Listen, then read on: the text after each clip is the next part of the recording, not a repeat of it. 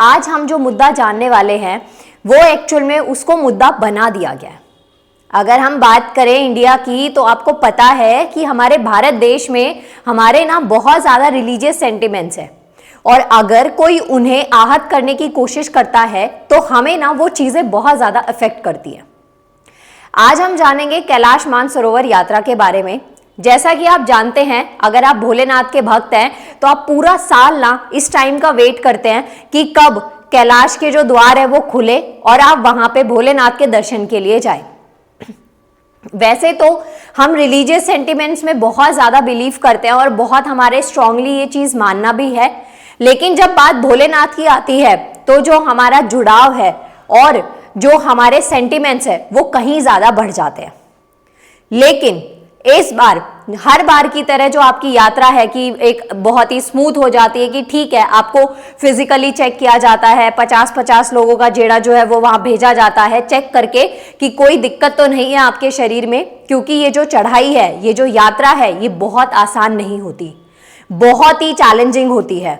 तो आपके हेल्थ के साथ में कोई रिस्क नहीं लिया जाता। तो अब फिर से वो जो यात्रा है वो शुरू होने वाली है, लेकिन इस वक्त जो मुद्दा है, इस वक्त जो चैलेंज आ रहा है वो नेपाल की साइड से आ रहा है। कहीं ना कहीं होता है ना कि एक पॉइंट चाहिए होता है चीजों को बढ़ाने के लिए, तो इस वक्त नेपाल को वो मिल रहा है।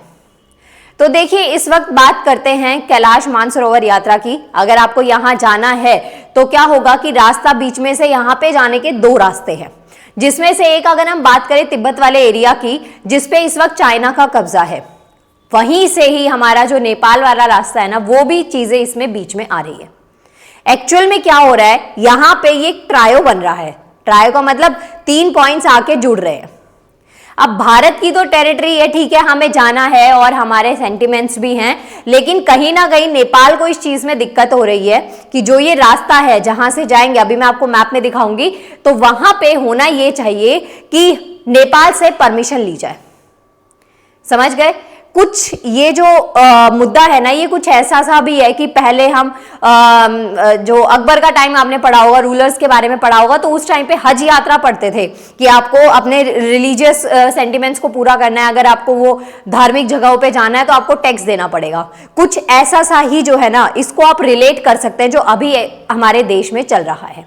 देखिए, इस बात को समझते हैं बहुत ध्यान से। सबसे पहली चीज तो देखिए, ये वाला जो एरिया है, यहाँ की बात यहाँ पे चल रही है। ये जो एरिया है लिपू लेक पास जो है ना, ये वाला जो एरिया है, यहाँ इसकी बात यहाँ पे चल रही है। यहाँ पे आप देखिए कि यहाँ कैलाश तक जाने के लिए हमारे पास में 2 रास्ते हैं। एक तो हम इधर भूटान वाला साइड जो है, ये वाला एरिया, यहाँ से जा सकते हैं नथुला पास होते हुए, और एक जो है ना वो लिपू लेक पास वाला है। इधर से कोई दिक्कत नहीं है, ठीक है, इधर की साइड से, नथुला पास की साइड से कोई दिक्कत नहीं है, हम जा सकते हैं। अब जो मेनली प्रॉब्लम आ रही है वो इस वाले एरिया से आ रही है, लिपू लेक पास से।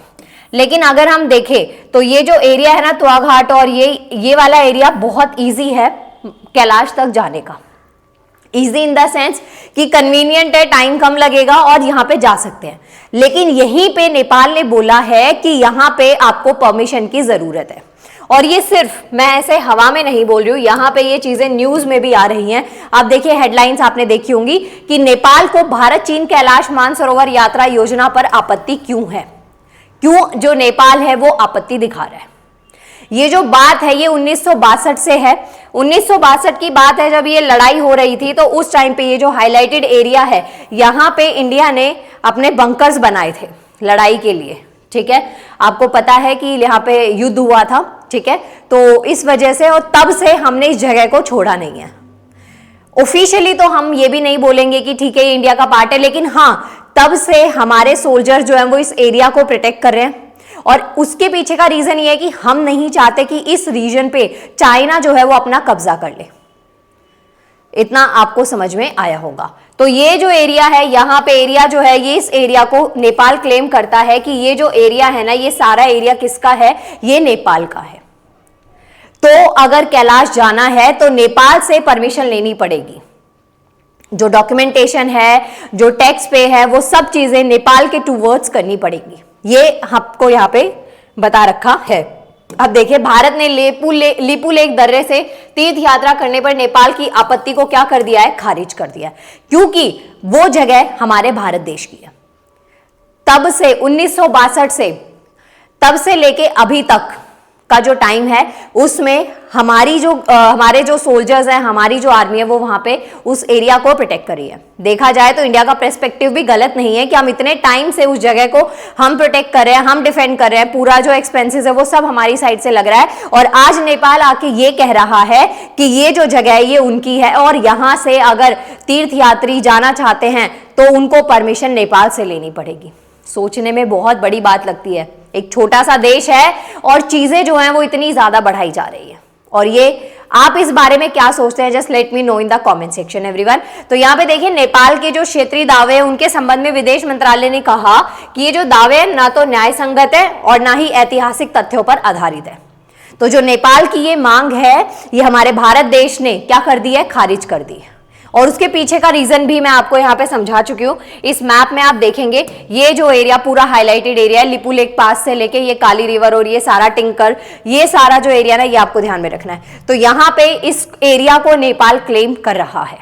और बात सिर्फ नेपाल की बात नहीं है, यूं तो अगर आपने देखा होगा चाइना का कंसेप्ट भी देखा होगा कि चाइना का जब मन करता है वो किसी भी एरिया को क्लेम करने लग जाता है कि ये एरिया उनकी टेरिटरी में आता है, बट सच्चाई कितनी होती है ये तो हम सब जानते ही है।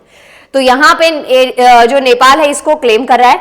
हमारे भारत देश ने इस जगह को नहीं छोड़ा कि चाइना जो है इसको कैप्चर ना कर ले, और क्योंकि आपको पता है कि चाइना जो है वो हमेशा इस ताक में रहता है कि किसी ना किसी तरीके से चीजों को क्या किया जाए, पकड़ लिया जाए।